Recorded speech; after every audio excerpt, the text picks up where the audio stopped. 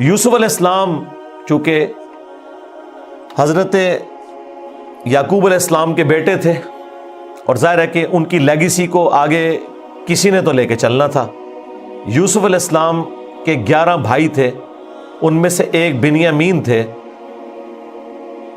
جو ایسے بھائی تھے کہ ماں اور باپ دونوں کامن تھے، اور باقی جو 10 بھائی تھے وہ دوسری والدہ سے تھے ان کے، وہ خالہ بھی لگتی تھی ان کی یوسف علیہ السلام کی، اور ظاہر ہے کہ ماں بھی تھی کیونکہ ان کے والد نے ان سے نکاح کیا ہوا تھا. 10 بیٹے اس ماں سے تھے، 2 یہ تھے، اور آپس میں ان کا ایک حسد والا معاملہ ہو گیا شیطان کی وجہ سے. ظاہر ہے کہ اب باپ کی لیگیسی کو کس نے آگے لے کے چلنا ہے، وہ ظاہر ہے وہ تو باپ نے تو ڈیسائیڈ ہی نہیں کرنا، وہ تو اللہ نے ڈیسائیڈ کرنا ہے.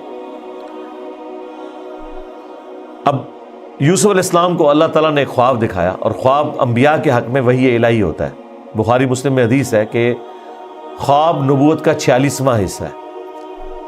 حضرت ابراہیم علیہ السلام کو بھی خواب میں ہی دکھایا گیا تھا. سورہ صافات میں آتا ہے کہ میں اپنے بیٹے کی قربانی کر رہا ہوں، اسی لیے انہوں نے اسے ایگزیکیوٹ کرنے کی کوشش کی اور اللہ تعالیٰ نے فدیہ بھیج دیا. لیکن ایگزیکیوٹ اتنی بڑی ایکٹیویٹی کو کرنا کہ بیٹا قربان کرنا، اسی لیے تھا کہ وہ وحی الہی تھا. یوسف علیہ السلام کو اللہ تعالیٰ نے چھوٹی عمر کے اندر ہی 10-12 سال کی عمر میں ہی یہ خواب دکھایا کہ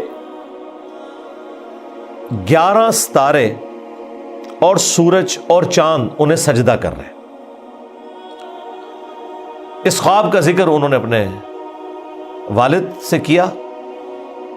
ظاہر ہے اس زمانے میں تو والد ہی ڈائریکٹ ٹریننگ کیا کرتے تھے اپنی اولاد کی، اور ایک بڑی فرینکنس ہوتی تھی، اور پھر نبی کی اولاد. حضرت یعقوب علیہ السلام کو پتہ چل گیا کہ میری اس نبوت کا وارث اب یہ ہونے والا ہے، یعنی 12 بچوں میں سے اس کے سر کے اوپر یہ تاج نبوت سجنا ہے. تو ظاہر ہے باقیوں نے تو حسد کرنا ہے، حسد تو آ ہی جاتا ہے. آدم علیہ السلام کے بیٹوں میں آیا تھا، تو یہ اولاد آدم والا ہی معاملہ ہے. بہرحال وہ حسد آیا. حضرت یعقوب علیہ السلام نے یوسف علیہ السلام سے کہا تھا کہ اس خواب کا ذکر تم نے اپنے بھائیوں سے نہیں کرنا، ورنہ وہ تمہارے خلاف کوئی نہ کوئی چال چلیں گے. لیکن بہرحال یہ خواب والی بات کسی طریقے سے لیک ہو گئی. یوسف علیہ السلام نے تو نہیں کی، لیکن شاید آپ کی بیوی نے سنی اور انہوں نے باقی بیٹوں تک بات پہنچا دی. بہرحال کچھ ہوا ایسا معاملہ، اور ان کو اس اعتبار سے بھی اشارے مل گئے کہ یوسف علیہ السلام کے ساتھ زیادہ برتاؤ ایکسٹرا آرڈنری کرتے تھے یعقوب علیہ السلام، کیونکہ انہیں پتا تھا کہ یہ اللہ کے پیغمبر ہیں اور انہوں نے اس توحید کی دعوت کو میرے بعد آگے لے کر چلنا ہے. حضرت یعقوب علیہ السلام کے جو باقی بیٹے تھے 10، 11واں تو خیر وہ چھوٹا تھا، وہ ان کا چھوٹا بھائی تھا، اس کے ساتھ تو مسئلہ کوئی نہیں تھا. وہ 10 بیٹوں نے اپنے باپ سے کہا کہ ہم دیکھتے ہیں کہ آپ بڑے پوزیسو ہیں یوسف کے معاملے میں، اسے آپ ہمارے ساتھ بھیجیں، یہ بھی ہمارے ساتھ کھیلا کودا کرے. جب ہم اپنے جانوروں کو چرانے کے لیے لے جاتے ہیں تو اس کو بھی ساتھ لے جائیں گے، تھوڑی اس کی بھی آؤٹنگ ہو جائے گی. تو حضرت یعقوب علیہ السلام کو یہ بات کلک کر گئی کہ یہ کچھ کرنا چاہتے ہیں. ان کو تو اندازہ ہی نہیں تھا کہ اتنی بڑی آزمائش ان کا انتظار کر رہی ہے. یار 40 سال کی جدائی آپ امیجن کریں، اور قرآن میں آیا کہ وہ نابینا ہو گئے تھے رو رو کے، اس تکلیف سے وہ گزرے. تو انہوں نے کہا کہ مجھے خطرہ ہے کہ تم یوسف کو صحیح طریقے سے دیکھ بھال اس کی نہیں کرو گے، کیئر لیس ہو جاؤ گے، چھوٹا بچہ ہے، کوئی بھیڑیا اس پہ حملہ آور نہ ہو جائے. انہوں نے کہا ہمارے ہوتے ہوئے 10 بھائی جس کے ہوں تو پھر تو ہم پھر نام کے ہی جوان ہوئے. بہرحال وہ تقدیر میں لکھا تھا، ایسا تو ہونا تھا. یوسف علیہ السلام نے وہاں پہنچنا ہی تھا جہاں اللہ تعالیٰ نے انہیں اتنا بڑا منصب عطا کرنا تھا. وہی ہوا. تنگ آ کے یعقوب علیہ السلام نے اجازت دے دی، وہ لے گئے یوسف علیہ السلام کو اور پلان یہ بنایا کہ اسے قتل کریں گے. لیکن ایک بھائی تھا جو آڑے آ گیا، اس نے کہا قتل نہ کرو، ہے تو ہمارا بھائی، ہم اسے کسی کنویں میں ڈال دیتے ہیں اور ان زمانوں میں جو قافلے گزرا کرتے تھے وہ کنویں پہ پانی کے لیے رکتے تھے، تو ہو سکتا ہے کہ کوئی نکالے تو یہ اس کے ساتھ ہی چلا جائے، جان چھوٹ جائے، قتل نہ کرو۔ اور اس میں وہ یہ بھی کہتے ہیں کہ ہم اس وقت تو یہ ایکٹیویٹی کرتے ہیں، پھر بعد میں اللہ سے توبہ مانگ لیں گے، اللہ تعالیٰ بڑا بخشنے والا مہربان ہے، جو کچھ بھی ہے تیرے محبوب کی امت سے۔ یہ بھی قرآن میں نقل ہوا ہے، وہی سیم مینٹالٹی آگے چل رہی ہے، بعد میں نیک بن جائیں گے۔ اور انہوں نے ڈرامہ بازی یہ کی کہ یوسف علیہ السلام کے کرتے کے اوپر کسی بھیڑیے کا خون مال لیا اور کہا کہ ہم تو اسے سامان کے پاس چھوڑ کے گئے تھے، پیچھے سے بھیڑیا آیا اور یوسف کو کھا گیا، اور یہ اس کی قمیض ہے۔ عشاء کے وقت روتے ہوئے آئے، رات کے وقت قرآن کے الفاظ ہیں۔ حضرت یعقوب علیہ السلام کو سمجھ آ گئی کہ یہ میری آزمائش شروع ہو گئی ہے، کیونکہ توحید ایک ننگی تلوار ہے۔ انہیں سمجھ آ گئی تھی کہ میں نے اپنے بیٹے سے جو اتنی شدید محبت رکھی ہے نا، اللہ تعالیٰ مخلوق کی محبت کو برداشت نہیں کرتا، ایٹ لیسٹ ایک پیغمبر کے دل میں اس ایکسٹریم لیول کے اوپر جا کر۔ تو میری آزمائش شروع ہو گئی اب۔ تو انہوں نے کوئی بحث نہیں کی، انہوں نے کہا میں صبر کروں گا جو کچھ ہوا۔ ان کو پتا تھا کہ یہ اب اللہ کا فیصلہ ہے، کرنے سے کچھ نہیں ہونا۔ جو کوئی تھوڑی بہت کوشش کی وہ کی، انہیں اینڈ پہ ان کا میں اب صبر ہی کروں گا، جو اللہ اس کے لیے فیصلہ کرے۔ وہی ہوا۔ ایک قافلہ وہاں سے گزر رہا تھا، انہوں نے پانی کے لیے ڈول ڈالا، اور یوسف علیہ السلام کو اللہ تعالیٰ نے قرآن میں آیا کہ یوسف کو ہم نے تسلی دی کہ ایک دن آئے گا کہ تم اپنے بھائیوں کو بتا دو گے جو انہوں نے یہ غلطی کی تھی، ہم تمہیں سرخرو کریں گے۔ بہرحال ابھی تو تمہارے لیے طے ہو گیا۔ اور ظاہر جبرائیل علیہ السلام آنا شروع ہو گئے چھوٹی عمر میں ان کے پاس، ان کی تسلی کے لیے، اسی لیے ڈھارس بندی۔ انہوں نے پانی کے لیے ڈول ڈالا، یوسف علیہ السلام نے وہ پکڑا اور باہر نکل آئے، اور بھائی جو ہیں چھپ کے یہ منظر دیکھ رہے تھے۔ انہوں نے کہا یہ نہ ہو یہ پھر واپس آ جائے۔ انہوں نے چند ٹکوں کے عوض، چند دراہم کے عوض بیچ دیا، کہا یہ ہمارا غلام تھا، تو بھاگ کے آئے، یہ ہمارا غلام ہے، اور جان چھڑائی اس طریقے سے۔ یوسف علیہ السلام بھی چپ کر کے چلے گئے، انہیں پتہ تھا کہ میرے لیے فیصلہ ہو چکا ہے۔ اور کس تکلیف سے وہ مصر تک پہنچے، اور وہاں پہ غلاموں کا بازار لگتا تھا، وہاں بیچنے کے لیے عبرانی غلام، اور پڑھنا لکھنا بھی جانتے تھے، ذہین بہت تھے۔ تو عزیز مصر وہاں سے گزر رہا تھا، یعنی آپ سمجھ لیں بادشاہ کے بعد جو سیکنڈ پوسٹ ہوتی ہے۔ اس نے دیکھا کہ یہ تو شکل ہی غلاموں والی نہیں ہے، یہ کوئی ایکسٹرا آرڈنری بندہ ہے۔ اس نے خرید لیا اور لا کے اپنی بیوی سے کہا کہ یہ میں خرید کے لایا ہوں، اولاد تو ہماری کوئی نہیں، ہو سکتا ہے ہم اسے ہی اپنا بچہ بنا لیں۔ اور یوں یوسف علیہ السلام کہاں دور دراز کے شام کے علاقے جو سویلائزڈ بھی نہیں تھا، بھیڑ بکریاں چرانے والے بدو لوگوں میں سے اٹھ کے اس وقت کی سب سے سویلائزڈ حکومت مصر کی، فرعونوں کی حکومت، آج تک آپ یہ اہرام مصر گیزا کے جو ہے پیرامڈز یہ دیکھ رہے ہیں، یہ ان لوگوں نے تعمیر کیے ہوئے ہیں۔ وہاں پہنچ کے، اور قرآن کے الفاظ ہیں کہ ہم نے یوں اس کے لیے معاملہ آسان کر دیا کہ وہ عزیز مصر کی تربیت میں رہے اور علم حاصل کرے۔ ظاہر ہے کہ وہ کتنی بڑی بڑی میٹنگز ہوتی ہوں گی، جس میں میٹنگ کا ارینجمنٹ کرنا، کھانے پینے کا ارینجمنٹ کرنا، اور ایک خادم کی حیثیت سے باتیں بھی سنتے ہوں گے۔ یوں اللہ تعالیٰ نے ان کی لرننگ کروائی، اور یوں وہ جوانی کی عمر کو پہنچ گئے۔ اب عزیز مصر کی جو بیوی تھی، ظاہر ہے کہ وہ ادھر کا جو ماحول تھا ایک بے حیائی کا، اس کا وہ شکار تھی۔ وہ صرف وہ نہیں تھی، باقی عورتیں بھی تھیں۔ اس کی قسمت مری ہوئی تھی اس اعتبار سے کہ آزمائش سب سے پہلے اس پہ پڑی۔ یوسف علیہ السلام کو اللہ تعالیٰ نے حسن دیا ہوا تھا، تو وہ ان پہ فریفتہ ہو گئی، اور اس نے کوشش کی کہ انہیں برائی پر آمادہ کرے۔ دروازے بند کر دیے، قرآن کے الفاظ ہیں، برائی کی طرف بلایا۔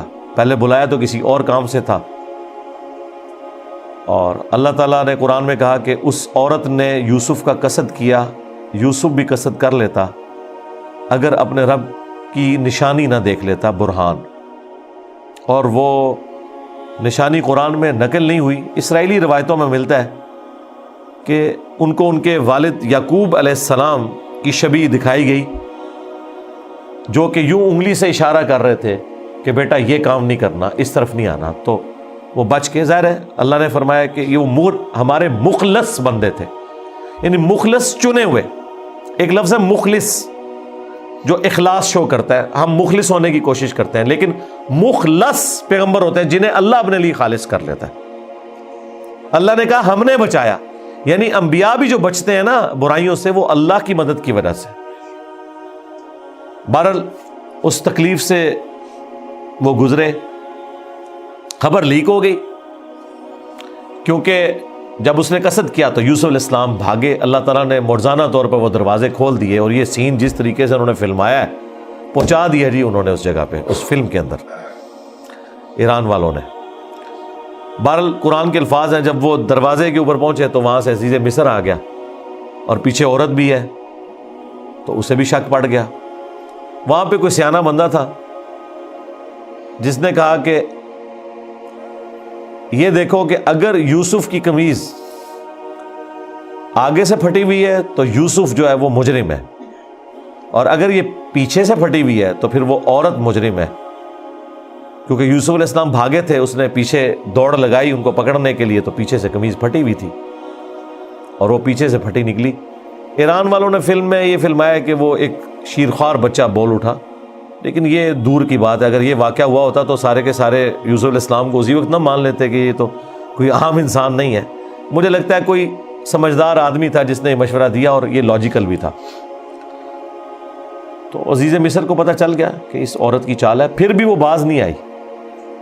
جب اس کی خبر لیک ہوئی تو اس نے کہا میری تو دم کٹ گئی ہے، میں اب ساری عورتوں کی دم کٹواؤں گی۔ اس نے وہ جتنی بڑے اشرافیہ وہاں مصر کا تھا ان ساری عورتوں کو دعوت پہ بلایا، اور سب کے ہاتھ میں ایک ایک چھری دے دی، قرآن کے الفاظ ہیں، اور ایک ایک سیب دیا، اور یوسف علیہ السلام کو کہا کہ ان عورتوں کے سامنے آؤ۔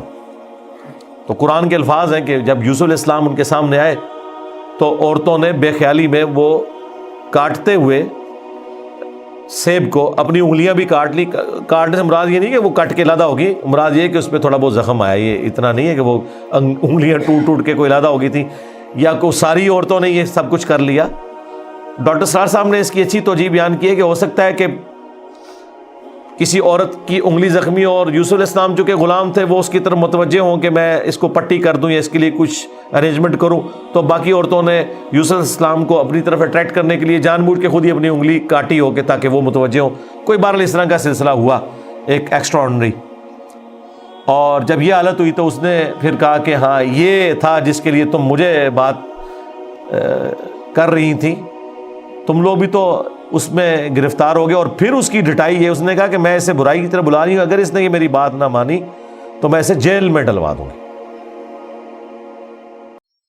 تو یوسف علیہ السلام نے دعا کی کہ یا اللہ مجھے جیل قبول ہے اس برائی کے عوض، کہ میں تیرا مجرم بنوں۔ دیکھیں کوئی گناہ بھی نہیں کیا، برائی سے بچے ہیں، ہم ہوں تو ہم کہ ہمیں انعام ملے، وہ کہہ رہے ہیں مجھے انعام میں جیل مل جائے کہ میں ان کے شر سے بچ جاؤں۔ بہرحال پھر وہ بہانہ کر کے ان عورتوں نے جھوٹے الزامات لگا کے یوسف علیہ السلام کو جیل میں ڈلوا دیا۔ یوسف علیہ السلام بھی راضی تھے، ٹھیک ہے چلے گئے۔ آلموسٹ 9 سے 10 سال تک وہ جیل میں رہے، اور وہ جیل کا جو انہوں نے سین فلمایا ہے وہ بندہ دیکھ نہیں سکتا، جو وہاں پہ کس پرسی کی حالت تھی بال انہوں نے گزاری، لیکن آپ کے اخلاق سے متاثر ہو کے دعوت توحید بھی وہاں پہ پہنچی۔ اور اسی دوران 2 ایسے قیدی تھے کہ ان دونوں نے الگ الگ خواب دیکھے، اور انہوں نے یوسف علیہ السلام سے کہا کہ آپ اچھے بھلے معلوم ہوتے ہیں، اگر آپ تعبیر بتا سکتے ہیں۔ انہوں نے کہا میں اس کی تعبیر جو بتاؤں گا وہ تعویل ہوگی، پھر وہ مقدر ہو جائے گی۔ اور وہ خواب انہوں نے اپنا بیان کیا۔ ایک نے خواب یہ بیان کیا کہ میں نے یہ دیکھا کہ میں اپنے رب یعنی اپنے اس بادشاہ کو شراب نچوڑ کے دے رہا ہوں۔ دونوں کے قتل کے فتوے جاری ہو چکے ہوئے تھے۔ تو یوسف علیہ السلام نے اسے کہا کہ تم عنقریب چھوٹ جاؤ گے۔ دوسرے نے دیکھا کہ میرے سر کے اوپر روٹیوں کا ایک ٹوکرا ہے اور اس سے جانور پرندے کھا رہے ہیں، تو انہوں نے کہا تم سولی دیے جاؤ گے اور تمہاری لاش سے جانور کھائیں گے، اور وہی ہوا۔ اور قرآن کے الفاظ ہیں کہ جسے نجات ملنے والی تھی اسے یوسف علیہ السلام نے کہا کہ جب تم چھوٹ جاؤ تو اپنے بادشاہ سے میرا ذکر کرنا کہ میرے ساتھ یہ زیادتی ہوئی ہے، لیکن قرآن کے الفاظ ہیں کہ شیطان نے وہ ذکر بھلا دیا۔ ظاہر ہے اللہ نے تو کوئی اور ہی فیصلہ کیا ہوا تھا، اور یوں آلموسٹ 9 سے 10 سال ان کے جیل میں کٹ گئے، یہاں تک کہ اس بادشاہ کا جو بیٹا ہے وہ تخت نشین ہوا، اور اس نے خواب دیکھا۔ ظاہر بادشاہ کو اللہ تعالیٰ اس طرح کے خواب دکھایا کرتا تھا، مخلوقات کو دیکھنے کی ذمہ داری اللہ تعالیٰ نے بادشاہوں کے اوپر ہی رکھی ہوئی ہے جو ان کے انڈر رعایا ہے، کہ 7 دبلی پتلی گائے جو ہیں وہ نیل سے نکل کے 7 موٹی گایوں کو کھا رہی ہیں، اور 7 خشک بالیاں ہیں اور 7 جو ہیں وہ ہری بالیاں ہیں۔ اب یہ بڑا ایک ایکسٹراڈنری خواب تھا۔ اس نے اپنے وہ سارے تعبیر بتانے والے بلائے، سب کے سب عاجز آ گئے۔ تو وہ جو چھوٹ چکا تھا ایک قیدی، وہ بادشاہ کا بڑا قریبی تھا جو اسے شراب بنا کے دیتا تھا، اسے یاد آیا کہ ہاں ایک شخص قید میں ہے۔ اور یاد کب آیا؟ دیکھیں 9-10 سال کے بعد۔ اس نے کہا میں ایک ایسے شخص کو جانتا ہوں کہ جو آپ کو اس کی تعبیر بتائے گا۔ تو وہ بادشاہ نے کہا ٹھیک ہے اسے لے آؤ یہاں پہ۔ یوسف علیہ السلام نے تعبیر بتا دی جو باقی معبر نہیں بتا سکے۔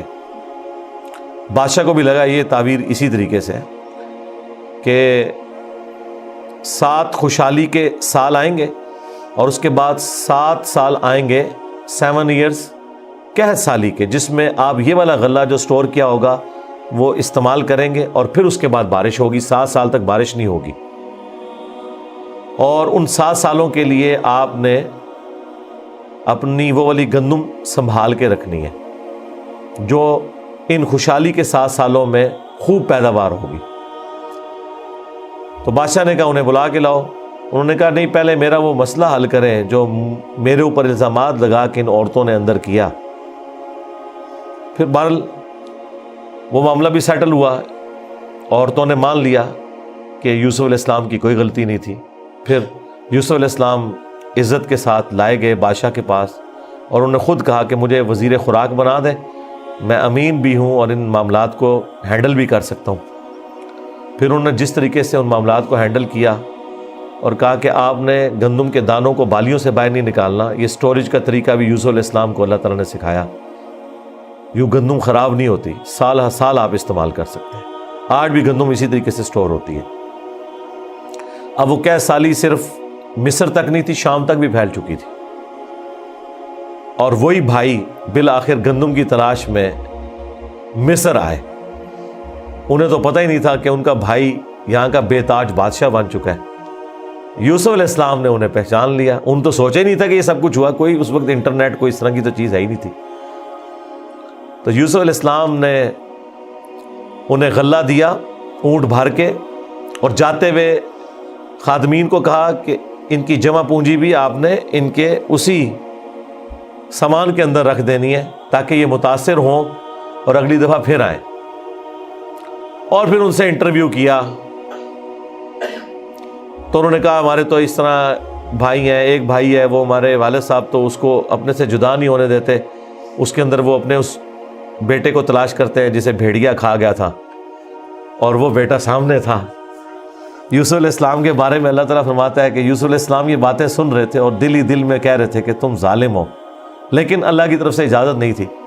ان کا اچھا پھر تم دیکھ رہے ہو اس بھائی کا بھی سامان میں تمہیں دیتا ہوں، اگلی بار اس بھائی کو ساتھ لے کے آؤ گے ورنہ میں تمہیں سامان نہیں دوں گا۔ ظاہر ہے کسی بہانے سے تو بلانا تھا نا۔ اور واپس جب پہنچے انہوں نے دیکھا یہ تو اتنا فیاض بادشاہ ہے، اس نے تو ہماری وہ جمع پونجی جو بھی تھا، کوئی کاٹن لے کے گئے تھے یا اس وقت تو بارٹر سسٹم ہوتا تھا نا، وہ واپس کر دی ہے۔ تو اپنے والد سے کہا کہ آپ اپنا وہ بیٹا بھی بھیجیں، وہ تو بڑا اچھا بادشاہ ہے۔ تو ان کا نا ایک دفعہ تم اسی کے بھائی کو لے گئے تھے، وہ واپس نہیں آیا، اس کو تو میں اب الگ نہیں کروں گا۔ ان کا ابا جی پھر بھوکے ہی مریں گے۔ آپ کون سے شیخ عبد القادر جیلانی ہیں کہ آپ نگاہ مار کے یہ کچھ کر لیں گے؟ ہاں تو اور کیا ہے، گندم کے لیے انبیاء، ان کی اولادیں. اور یہ تو ہمیں سکھاتے ہیں کہ جی بڑے سے بڑا غوث قطب ابدال کسی صحابی کے پاؤں کی خاک بلکہ گھوڑے کے قدموں کی خاک نہیں ہے. تو قرآن میں تو کچھ اور ہی مل رہا ہے. اب بڑی فاقے آ جائیں کہ کیا کریں. ان کا ٹھیک ہے، بس دوسرا بھی اب دیتا ہوں. اور پھر اس میں انہوں نے ایک جملہ بولا کہ قریب ہے کہ اللہ تعالیٰ مجھے میرا یوسف بھی واپس کر دے. انہیں پتہ چل گیا کہ ابھی بھی میری آزمائش باقی ہے. میں نے یوسف کو بنیامین میں تلاش کرنا شروع کر دیا تھا، ابھی بھی وہ والی کامل توحید جو اللہ کو ریکوائرڈ ہے نا، جو پیغمبر سے ریکوائرڈ ہے، ایکسٹرا آرڈنری. والذین آمنوا اشد حبا للہ، اس کا بھی اعلیٰ ترین درجہ. تو انہوں نے کہا بہرحال مجھ سے پکا عہد کرو کہ اس بھائی کو واپس لے کے آؤ گے یہاں تک کہ سارے قتل ہو جاؤ، پھر تو معافی ہے، ادروائز تم لوگ زندہ واپس آئے اور اس کو نہ لائے میں تمہیں معاف نہیں کروں گا. ان کا جی ابا جی عہد کرتے ہیں جی، بے فکر ہو جائیں آپ، ایسے ہی ہوگا. لے گئے. اب وہاں تو یوسف علیہ السلام نے پلان کیا تھا. جاتے ہی انہوں نے بنیامین کو تو اپنے پاس بلا کے کہا کہ میں تیرا وہ گم شدہ بھائی یوسف ہوں. بلکہ ان کی نظر میں تو وہ سمجھ لیں فوت ہی ہو چکے تھے.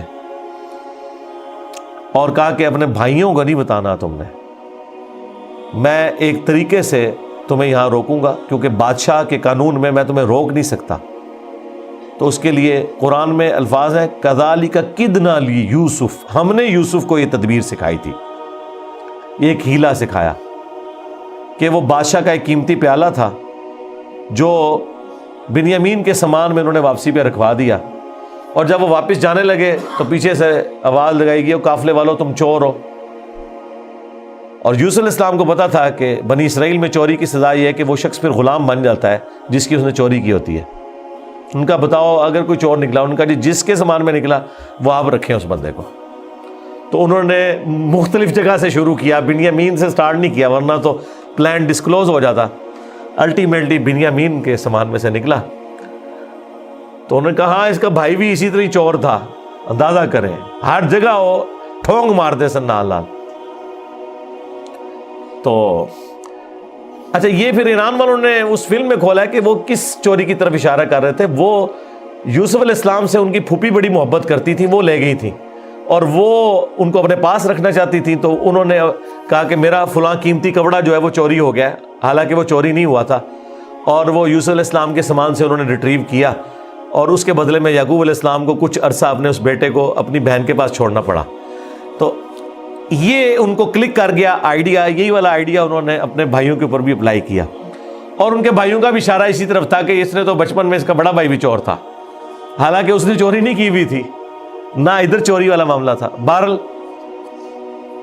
ان میں سے ایک بھائی نے کہا بھائی میں تو اب واپس نہیں جاؤں گا، میں تو ابے سے عہد کر کے آیا ہوں کہ بھائی میں تو اپنے بھائی کی یاد میں ادھر ہی رہوں گا جب تک کہ کوئی معاملہ نہ ہو. تم لوگ جاؤ نا ذرا اور جا کے ابا جی کو ساری صورتحال بتاؤ اور بتاؤ کہ تمہارا یہ بیٹا چور نکلا ہے اور ہم لاکھ قسمیں کھائیں آپ نے ماننا نہیں ہے. تو وہ چلے گئے واپس. پھر حضرت یعقوب علیہ السلام نے ایک خط روانہ کیا، ریکویسٹ بھیجی عزیز مصر کو. انہیں تو نہیں پتا تھا کہ ان کا بیٹا ہی ہے، اور وہ بڑے دردناک انداز میں انہوں نے اس فلم میں فلمایا ہے. الٹیمیٹلی جب وہ اگلی دفعہ واپس آئے انہوں نے کہا ہمارے ابا جی تو پہلے ہی نابینا ہو چکے ہیں، اب یہ دو جدائیاں کیسے برداشت کریں گے، آپ رحم کریں، ہم پہ ترس کھائیں.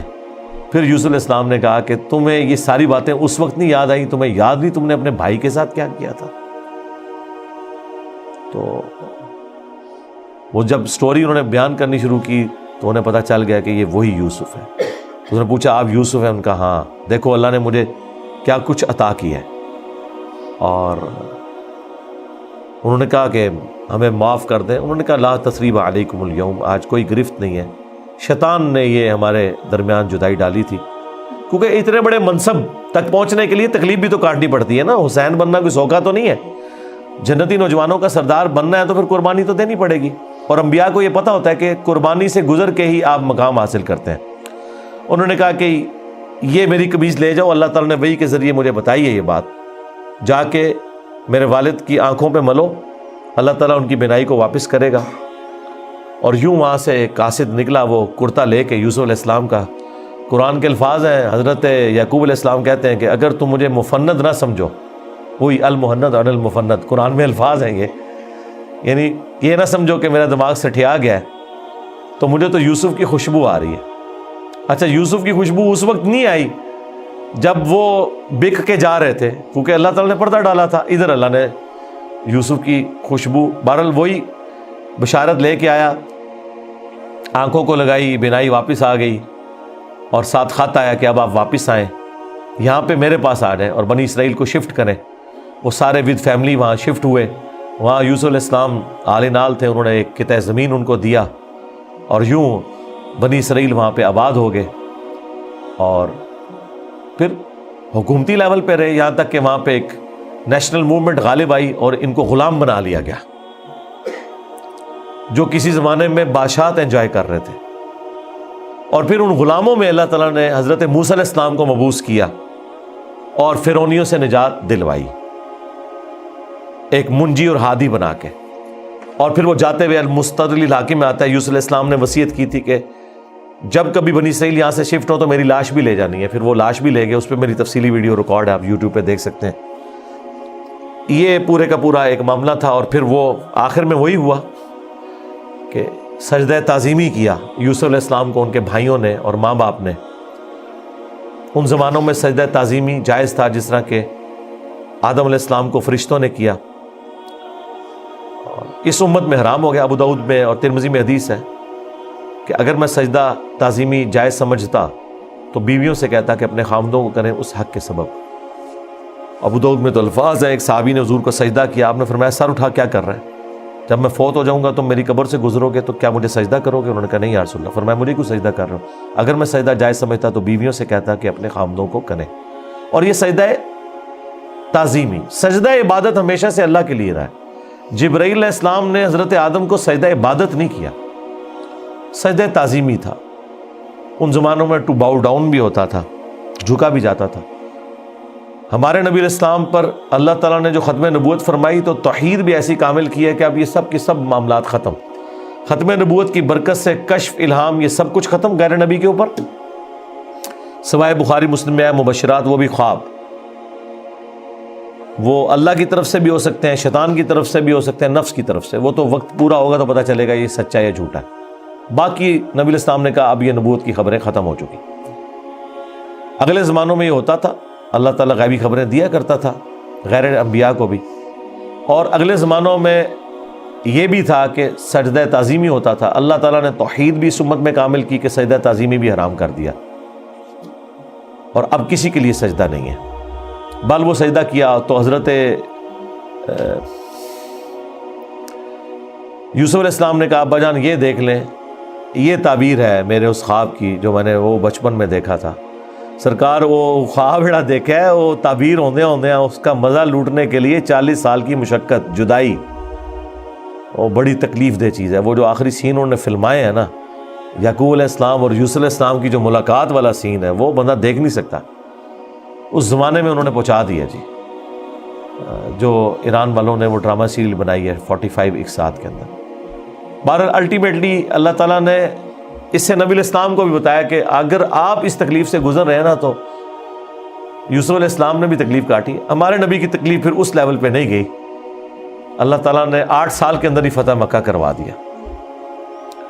لیکن بہرحال انبیاء کو کیسی کیسی تکلیف اٹھانی پڑتی ہیں.